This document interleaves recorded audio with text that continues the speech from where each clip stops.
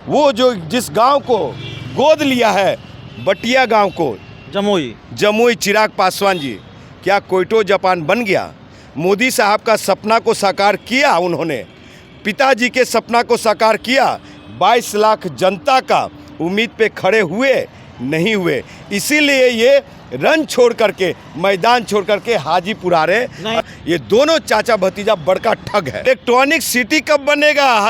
हाजीपुर में एयरपोर्ट कब बनेगा? अब पटना मेट्रो रेल को हाजीपुर तक जुड़वाने वाला, उसकी बात करने वाला कौन? इंजीनियर राजकुमार पासवान। अगर वो एनडीए के हनुमान है, मोदी साहब के हनुमान एनडीए से गठबंधन में रहेंगे ना, और कहीं महागठबंधन से पीठ ठोक करके और ये कह दिया कि अगर मोदी के पास चिराग है तो मेरे पास राजकुमार है, मतलब महागठबंधन से टिकट की उम्मीद है। नमस्कार, आप देख रहे हैं टी न्यूज, था न्यूज। अब बड़ा सवाल ये है बिहार की राजनीति से जुड़ा हुआ कि हाजीपुर का क्या होगा। चाचा और भतीजे के बीच सीधी जंग होगी, पशुपति पारस और चिराग पासवान के बीच सीधी जंग होगी, और इस जंग में कौन जीतेगा। लेकिन ऐसा लगता है लड़ाई त्रिकोणीय भी हो सकती है। हमारे साथ इंजीनियर राजकुमार पासवान हैं, हाजीपुर से 2 बार दावा ठोक चुके हैं और फिर ताल ठोकने जा रहे हैं। चाचा भतीजे की जंग में कहां आप कूदने जा रहे हैं? कैसे सफलता मिलेगी? आपको बता दूं मैं कि 2014 का लोकसभा चुनाव आम आदमी पार्टी के टिकट पे स्वर्गीय रामविलास पासवान जी के खिलाफ लड़ा। उस समय भी एक चेहरा के रूप में मैं उभरा।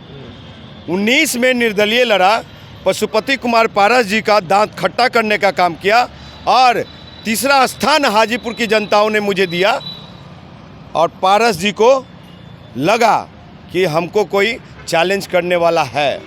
अब विधायक जितना वोट ला करके सदन में पहुंचते ना, उतना तो मैं वोट ला चुका हूं। कितना वोट लाए थे 2019 में? लगभग 40,000 के करीब वोट है हमारा, ऑन रिकॉर्डेड है, जाके देख सकते हैं। फिर चुनाव लड़ने जा रहे हैं तो किसको फायदा होगा? आपके चुनाव लड़ने से किसको नुकसान होगा? और तीसरा स्थान सुन लीजिए, इस बार चुनाव लड़ेंगे ना तो वहाँ के लोग इतने समझदार हैं। महावीर की धरती जो है, गौतम बुद्ध की धरती है वैशाली, और वहाँ हाजीपुर संसदीय क्षेत्र के लोग 22 लाख जनता इस बार चाचा पे और भतीजे पे विश्वास नहीं करेंगे।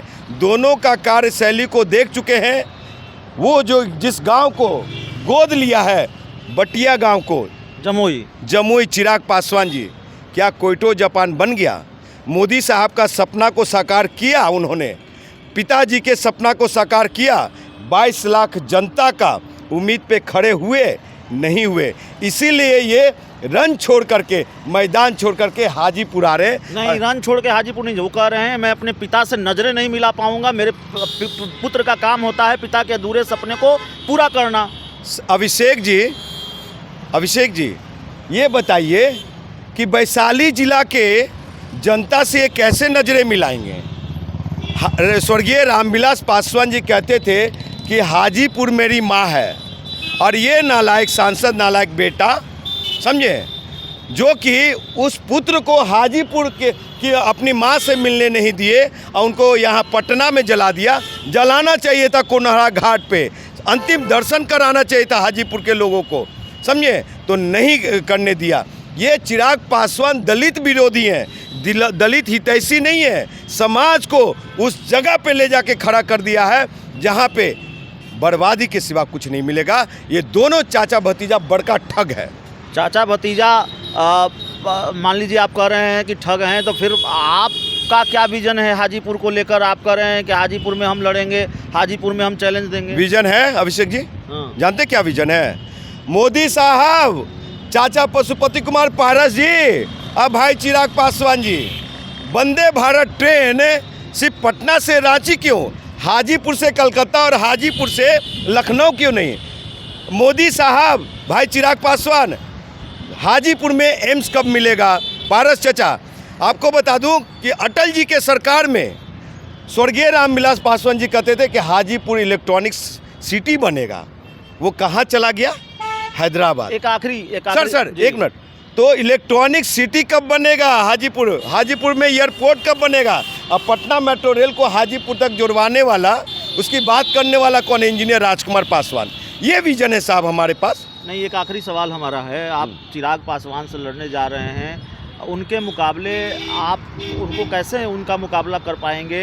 चिराग पासवान की सभाओं में जो भीड़ उमड़ती है, जिस तरह की तस्वीरें सामने, मैं नहीं कर रहा, मेरा दावा नहीं है, जिस तरह की तस्वीरें उनकी पार्टी की तरफ से ही सामने आते हैं, या कुछ सभाओं में मैं गया हूं, भीड़ वाकई उमड़ती है, हुजूम उमड़ता है, तो ये जो शक्ति प्रदर्शन उनका है, ये जो ताकत उनके पास है चिराग पासवान के पास, और एक परसेप्शन है कि जो 6% वोट बैंक है वो उनके साथ है, इंटैक्ट है, वो सपोर्ट करता है उनको, फिर ये लड़ाई कैसे जीतेंगे आप? साहब हम गरीब दलित हैं और वो समृद्ध दलित है, समझे? उनके पास आईटी सेल है, मेरे पास आईटी सेल नहीं है। हमारी सभाओं में जो भीड़ रखता है मेरा सीमित रह जाता है ट्विटर, फेसबुक और यूट्यूब पे ही, और इतने सारे मीडिया नहीं दिखा पाते हैं, लेकिन आप लोग के सहयोग से कहीं कहीं दिख भी जाते हैं। लेकिन लड़ेंगे आप? साहब आपको बता दूं कि तीसरा स्थान रहा है, तीसरा। इस बार क्या स्थान? इस बार क्या? पहला स्थान, पिछले बार भी पहले स्थान के लिए लड़ रहे थे। और सुन लीजिए, अगर वो एनडीए के हनुमान है, मोदी साहब के हनुमान एनडीए से गठबंधन में रहेंगे ना, और कहीं महागठबंधन से पीठ ठोक करके और ये कह दिया कि अगर मोदी के पास चिराग है तो मेरे पास राजकुमार है, मतलब महागठबंधन से टिकट की उम्मीद है? जमानत जब्त हो जाएगी। जब चिराग गठबंधन कर सकता है साहब, तो इंजीनियर राजकुमार पासवान की पार्टी युवा बिहार सेना क्यों नहीं? चलिए, तो हमारे साथ इंजीनियर राजकुमार पासवान थे। इस चर्चा में इतना ही। चिराग पासवान और चाचा पशुपति पारस के खिलाफ हाजीपुर से ताल ठोकने वाले हैं।